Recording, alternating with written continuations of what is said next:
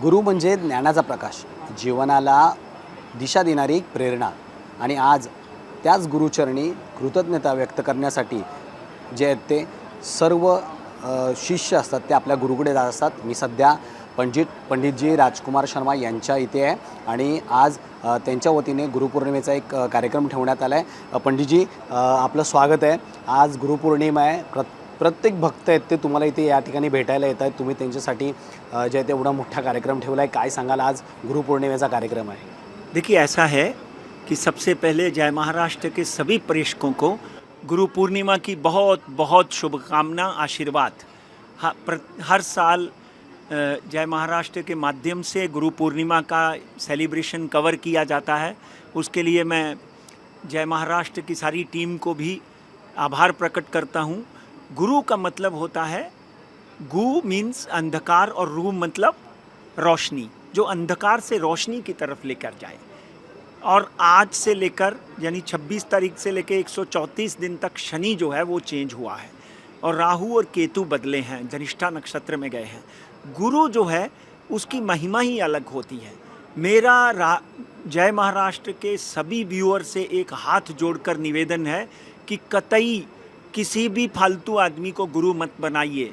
आपने देखा कि महाराष्ट्र में ही नहीं, यूपी में, दिल्ली में कई गुरु ऐसे हैं जो जेलों में बैठे हुए हैं। महाराष्ट्र में तो ऐसे एक गुरु का जन्म हुआ जिसने कई नेताओं को भी फंसा दिया। गुरु को समझ के लीजिए, वो इंसान है कि नहीं। गुरु इंसान होना बहुत ज़रूरी है। पहले गुरु की महिमा बहुत ज़रूरी है। आपके जीवन में आपकी माँ गुरु है, जो आपको जन्म देती है 9 महीने 9 दिन अंधेरे में पेट में रखकर, बाद में फिर वो प्रकाश में लाती है। उसके बाद आपका पिता है जो आपको साधन प्रदान करता है। उसके बाद आपका अध्यापक आपका गुरु है। उसके बाद आपका सनातन यानी धर्म का गुरु है। गुरु पूर्णिमा का अर्थ ये है कि आज आषाढ़ पक्ष की पूर्णिमा के दिन महर्षि व्यास, जिनको भगवान कृष्ण ने अपना गुरु माना, जिन्होंने भागवत का निर्माण किया, उनका भी आज जन्मदिन है। एक्चुअली ये व्यास पूर्णिमा भी मानी जाती है। और कल से श्रावण का आरंभ हो रहा है। श्रावण का आरंभ कल भोलेनाथ की जय जयकार होगी। हर सोमवार को लोग रुद्राभिषेक करेंगे। हर सोमवार को लोग भोलेनाथ के मंदिरों में जाकर जयकारा मनाएंगे। और ऐसे ही हिंदू परंपरा के हिसाब से गुरु का मतलब है कि आप हर उस व्यक्ति का आभार प्रकट करो। In English you have to pay the gratitude to everyone who has been helping you in your life. तो आप अपने माता का, पिता का, पड़ोसी का, सबसे पहले धरती माता आपकी गुरु। सुबह सुबह उठते ही पहले धरती माता को प्रणाम कर दें। उसके बाद आकाश को प्रणाम करें। धरती माता और आकाश पिता, सूर्य पिता, चंद्रमा माता। तो ग्रहों के मुताबिक भी मैं आपसे ये अनुरोध करूँगा कि आपके जीवन में गुरु का होना अनिवार्य है, पर वो गुरु सही हो, उसकी आयडेंटिफिकेशन, उसकी पहचान होनी बहुत ज़रूरी है। जसं आता आपण म्हटलात की गुरुचं काय महत्त्व आहे, पण सध्या महाराष्ट्रात वेगळ्याच प्रकारचे गुरु आहेत ते आपण बघतोय. महाराष्ट्राचं नाव कुठेतरी या बाबतीमध्ये खराब होताना पण पाहायला मिळते. असे गुरु आहेत ते सध्या जेलमध्ये आहेत. अशा भक्तांना तुम्ही काय सांगाल की अशा गुरूंपासून कसं सावध राहायला पाहिजे? देखिए, एक बात ध्यान रखिए, महाराष्ट्र हो या भारत हो, हर जगह पे ऐसे गुरु हुए हैं। यहाँ पे मैं तो नाम लेके बोल देता हूँ, अशोक खरात हुआ और दिल्ली के पास में राम रहीम हुआ, रामपाल हुआ। मैं तो इनके नाम लेकर बोलता हूँ क्योंकि इन्होंने गुरु की परंपरा को, सनातन की परंपरा को धूल में मिला दिया। एक बात ध्यान रखिए, जो ये कलयुगी दानव है, गुरु नहीं है। आपसे अनुरोध है कि जब आप किसी को गुरु बनाते हैं तो उसको घर पे बुलाने से पहले 10,000 बार सोचें कि आपकी पत्नी के ऊपर, आपकी बेटी के ऊपर कहीं उसकी बुरी नज़र तो नहीं है। एक गुरु जेल से छूट के आए जिनका नाम आसाराम बापू है।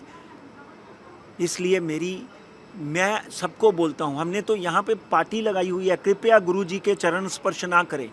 मैं तो इस जन्म में इंसान बनने की कोशिश कर रहा हूँ। पहले लोग मुझे गुरु मानते हैं कि मेरी हजारों भविष्यवाणियाँ जय महाराष्ट्र वाणी पर भी कामयाब हुई और अन्य चैनलों पर भी कामयाब हुई। मेरा आपसे अनुरोध है, गुरु को पहचानना बहुत ज़रूरी है, नहीं तो अपनी माँ को और अपने पिता को, अपने बड़े भाई को गुरु मान लीजिए, बस हो गया, उससे बड़ा कुछ नहीं। गुरु का मतलब होता है गुरुर ब्रह्मा गुरुर विष्णु गुरुर्देवो महेश्वरा गुरुर साक्षात परब्रह्मा तस्मै श्री गुरुवे नमः। वो गुरु जो आपके जीवन में ब्रह्मा और विष्णु को मिलाए, वो गुरु जो सात्विक हो, वो गुरु जिसके जीवन में कोई लालच ना हो, ये गुरु मेरे साईनाथ जो दुनिया भर में प्रसिद्ध होने के बाद में भी सुबह उठकर भिक्षा पात्र लेकर भिक्षाम देही, वो गुरु जो महावीर हुए हैं, जिन्होंने उपवास में दम तोड़ा, जिन्होंने भक्ति की।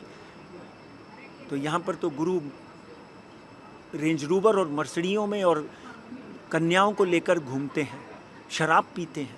इन गुरुओं से दूर रहो, कलयुग का ज़माना है, आप लोग इनकी तरफ आकर्षित हो जाते हो, फिर पछताते हो। मेरा आपसे हाथ जोड़कर निवेदन है कि गुरु को पहचानने में अपनी बुद्धि का इस्तेमाल करें। इस बात को बार बार मीडिया को मैं बोलता हूँ दिखाना। सर, आपण राजकीय भविष्यवाणी करता आणि ती 99% खरी होते, हे आपण सगळ्यांनी पाहिलं आहे। मात्र आता सध्या राजकारणात शरद पवार हे NDA सोबत सामील होणार का, अशा सगळे तर्कवितर्क लावले जात आहेत। काय राजकीय भविष्यवाणी आहे शरद पवारांची? देखिए, आज के दिन राजनीति का स्तर इतना गिर गया है कि कब क्या हो जाए किसी को कोई भरोसा नहीं। मगर 26 तारीख को शनि परिवर्तन हुआ है। 134 दिन के लिए शनि का ये जो परिवर्तन है, ये डेफिनेटली NDA शरद पवार को भारतीय जनता पार्टी का एक हिस्सा बना सकता है। इसके चांसेस बहुत ज़्यादा हैं। मगर एक बात ध्यान रखिए, राजनीति में कब क्या होता है कोई भरोसा नहीं। एक बड़े नेता को काकरोच जैसी पार्टी अगर इस्तीफ़ा देने के लिए मजबूर कर सकती है, मगर 134 दिनों में शनि दंडाधिकारी है, शनि न्यायाधीश है। 134 दिनों में वो प्रकांड प्रचंड चलेगा, वो प्रलय आएगी कि आप देखकर हैरान हो जाएंगे। राजनीति में भी बहुत बड़ी प्रलय आएगी। शरद पवार NDA में जाते हैं, डेफिनेटली NDA और मजबूत होती है, मगर उसके चांसेस 80% अभी भी हैं ग्रह दशा के मुताबिक। शरद पवार साहब की मेष राशि है, बुध की महादशा चल रही है, मगर कई लोग बीजेपी से टूट भी सकते हैं, ध्यान रखिए एक बात। और आगे आने वाले दिनों में राजनीति का 134 दिनों में चेहरा और बदल जाएगा। 12 साल में भारतीय जनता पार्टी को अगर किसी ने झुकाया है तो काकरोच पार्टी है। आप मीडिया वाले भी इस बात के साथ सहमत हैं। और इंस्टाग्राम की इतनी बड़ी पहुंच हुई कि मोदी जी को भी इंस्टाग्राम पे आना पड़ा। डेफिनेटली आगे आने वाले दिनों में कुछ भी हो सकता है। माझा शेवटचा प्रश्न, ज्या पद्धतीने केंद्र सरकारमध्ये शिक्षण मंत्र्यांनी आता राजीनामा दिला आहे, महाराष्ट्र सरकारला कॉकरोचपासून काही धोका आहे का? महाराष्ट्र सरकारचे जे शिक्षण मंत्री आहेत त्यांना राजीनामा द्यावा लागणार का, किंवा त्यांच्या नशिबात काय असणार आहे? देखिए बघा, एक गोष्टी सांगूंगा तुम्हाला, मराठीमध्येच सांगतो की मराठी प्रेक्षकाला पण गुरुपौर्णिमाची खूप खूप शुभेच्छा। Cockroach party is just a part of Saturn. Shani का एक हिस्सा है काकरोच पार्टी, एक बात ध्यान रखिए। मैं तो ये बोलूँगा कि जिसने पाप किया है उसको भुगतना पड़ेगा, चाहे वो शिक्षा मंत्री है, चाहे वो चीफ मिनिस्टर है, चाहे वो होम मिनिस्टर है। इसलिए ये एक ज़माने में हम मनमोहन सिंह साहब को नंबर 1 ईमानदार मानते थे, और वो ईमानदार थे भी, इसमें कोई दो राय नहीं। मगर 2012-2010 की अगर हम बात करें तो कहाँ से कोल घोटाला आया, कहाँ से कनीमुजी का वो आया, कहाँ से AR राजा फंसे। राजनीति को मैं पिछले 35 सालों से बहुत गंभीरता से देखता हूँ, उनके वर्णन करता हूँ। कहाँ से ये लोग आए और अचानक 10 साल की कांग्रेस की पुख्ता सरकार को उखाड़ कर मोदी जी ने फेंक दिया। तो कब क्या किसके साथ हो सकता है ये शनि बताएगा। 136 दिन तक हर नेता को सावधान रहना चाहिए। आप इसका टाइटल बना दीजिए कि हर नेता को 134 दिन के लिए सावधान रहना चाहिए। कहीं ना कहीं ग्रह, आप जब एक हाथ से पाप करते हो तो दूसरे हाथ से आपको लगता है कोई नहीं देख रहा, मगर कोई ना कोई देख रहा होता है। बेटा एक बात ध्यान रखो, और जो देख रहा होता है उसकी लाठी बड़ी खतरनाक होती है, उसकी लाठी का प्रहार कभी कोई नहीं सह सकता। इसलिए यहाँ के शिक्षण मंत्री तो बहुत ही साधारण व्यक्तित्व है। मुझे नहीं लगता चंद्रकांत पाटिल को कहीं ना कहीं कोई प्रॉब्लम आएगी। उनकी हारोस्कोप भी मेरे पास है। और यहाँ के मुख्यमंत्री तो ईमानदारी का सबसे बड़ा धड़ा है। इसलिए कोई ना कोई और फंस जाए तो मुझे पता नहीं, क्योंकि उसमें शिंदे पार्टी भी है, उसमें एनडीए अजीत पवार भी है।